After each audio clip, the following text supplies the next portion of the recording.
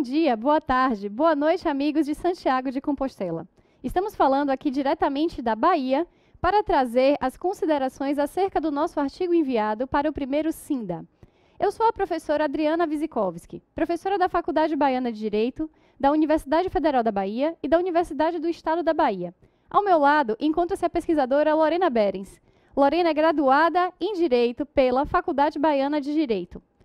Antes de começar a tratar da temática desenvolvida no artigo, eu gostaria de agradecer a todos por essa oportunidade de apresentar um artigo dentro de um congresso de tanta relevância acadêmica e jurídica. É uma satisfação enorme compartilhar com vocês, hoje, o resultado das nossas pesquisas. Pois bem, a temática que escolhemos abordar foi a temática do trabalho indocumentado. E por que o trabalho indocumentado? O que nos levou a pesquisar sobre trabalho indocumentado? Aqui, na região do Brasil, temos um problema que é visualizado constantemente. Pessoas vindas da fronteira acabam trabalhando, exercendo atividade laborativa sem a documentação adequada, o que causa alguma irregularidade ou irregularidades dentro da prestação do serviço contínuo trabalhista. Pois bem, o grande problema que enfrentamos atualmente diz respeito a como reconhecer direitos trabalhistas a essas pessoas.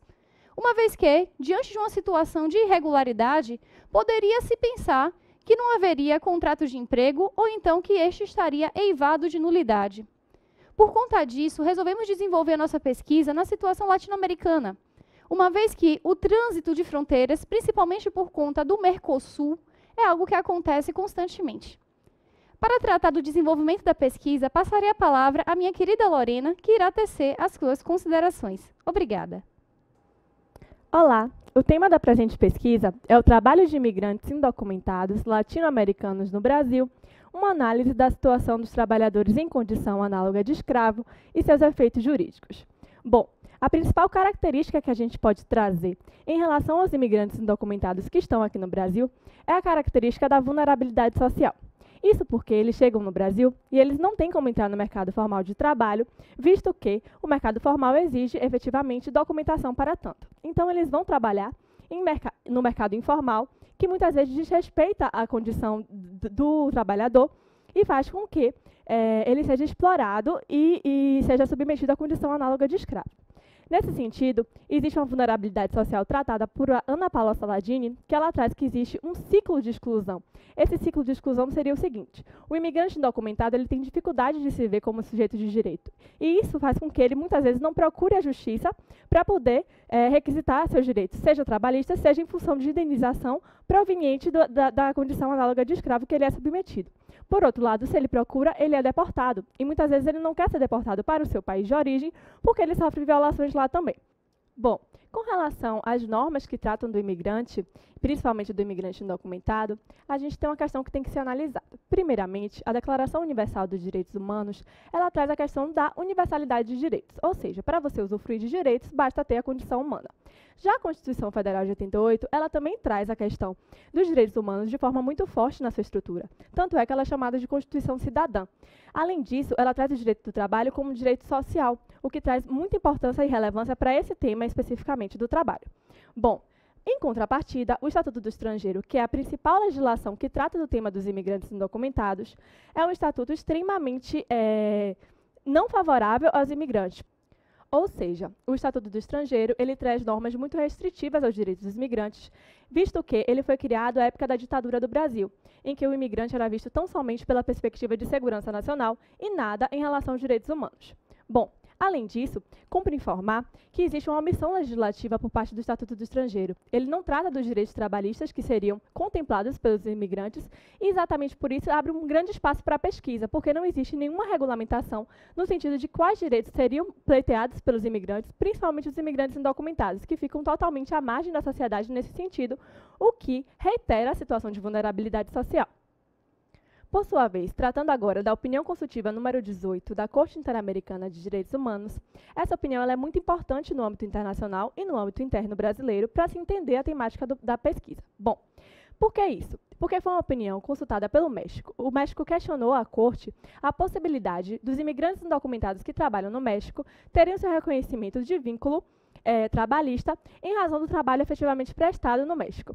E o parecer da Corte, a sua fundamentação, foi no sentido da possibilidade, porque o direito do trabalho ele surgiria do trabalho efetivamente prestado e não da situação de irregularidade desses seres humanos. Bom, entendemos então que a opinião consultiva número 18 constitui um precedente muito importante no âmbito internacional, mas que se faz necessário também estudar a teoria de nulidades trabalhistas para entender efetivamente o nosso tema. Por isso, passo a palavra à minha amiga Adriana. Obrigada, Lorena, por sua exposição. E agora devemos concluir o debate que foi trazido à tona neste momento.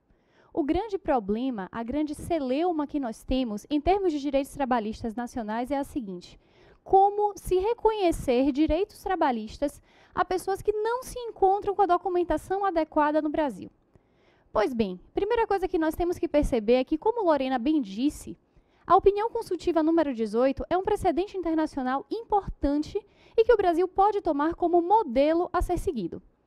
Em segundo lugar, nós temos que entender que o trabalho que foi prestado pela pessoa que encontra-se documentada dentro deste país já foi prestado. Não tem como voltar atrás.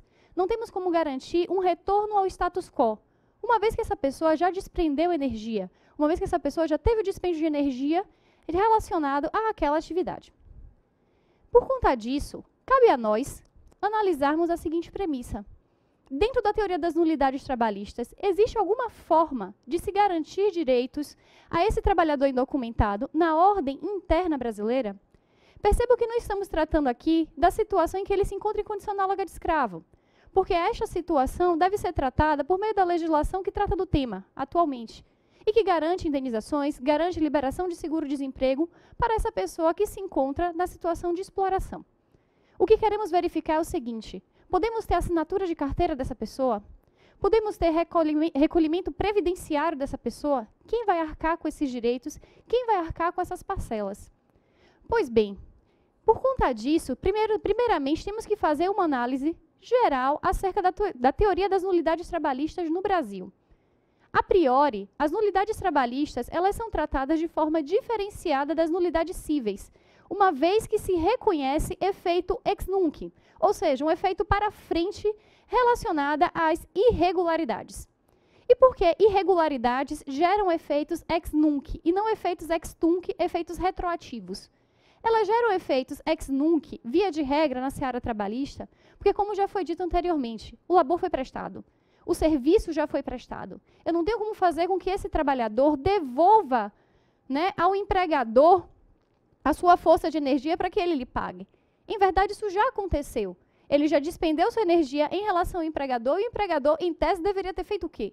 Deveria ter arcado da forma adequada, com um vínculo empregatício que fosse regular. Mas isso não aconteceu. Então, não podemos penalizar uma pessoa que se encontra numa situação de vulnerabilidade, que muitas vezes abandonou o seu país em busca de melhores condições, que muitas vezes acreditou que essa migração econômica faria com que ele tivesse maiores direitos. Isso seria penalizar a pessoa duplamente. Penalizar por ter largado a sua pátria e penalizar dentro de um ordenamento interno que não garante direitos trabalhistas a estas pessoas. Pois bem, por conta disso, ao meu ver, e ao ver da pesquisadora Lorena, o que seria mais interessante era considerar essa regra geral como uma situação também aplicável ao trabalho indocumentado. Porque, a priori, o Brasil não traz nenhum tipo de determinação legal nesse sentido. O Brasil não fala se seria possível ou se não seria possível conceder direitos trabalhistas a essa pessoa. O que a doutrina atualmente vem encampando é que, se eu trato de uma situação de nulidade, sendo uma situação de nulidade que possa constituir um tipo penal ou alguma contravenção penal, eu devo tratar esta situação com direitos trabalhistas extremamente restritos ou sem direito trabalhista algum. Até mesmo porque eu estaria, na verdade, sendo conivente com uma situação que contribui para um tipo penal. Então, por exemplo, numa situação de prostituição, onde há exploração da prostituição no Brasil, chamado rufianismo, o que é que nós temos atualmente? Temos uma situação onde direitos trabalhistas não são concedidos à prostituta em relação ao cafetão. Isso porque ela está colaborando para um tipo penal. Percebam como a situação é completamente diversa do trabalho indocumentado. Porque o trabalho indocumentado, ele se encontra numa situação, primeiro, panorama internacional.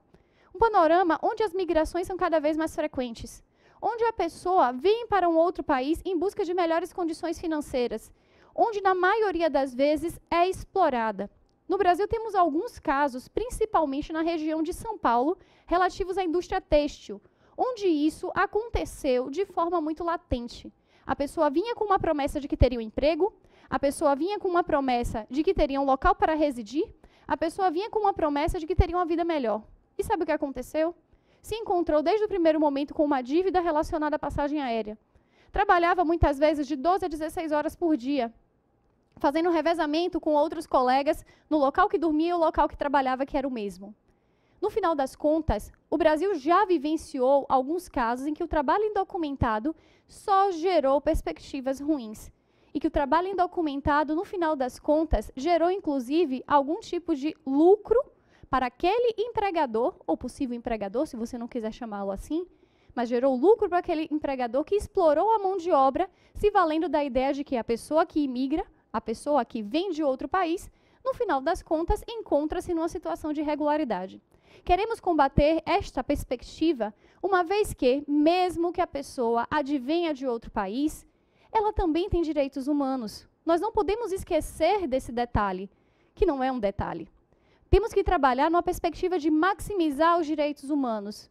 Então, claro que nós defendemos na nossa pesquisa que o ordenamento jurídico brasileiro interno deve garantir, além de todas as sanções, caso a pessoa esteja em condição análoga de escravo, caso a pessoa tenha se submetido a um regime de exploração, além de todas essas sanções, deva garantir também direitos trabalhistas àquele trabalhador indocumentado. Obrigada, amigos, e desejo a vocês um excelente 2017, que seja repleto de saúde, repleto de paz e repleto de realizações. Um beijo diretamente da Bahia. Tchau!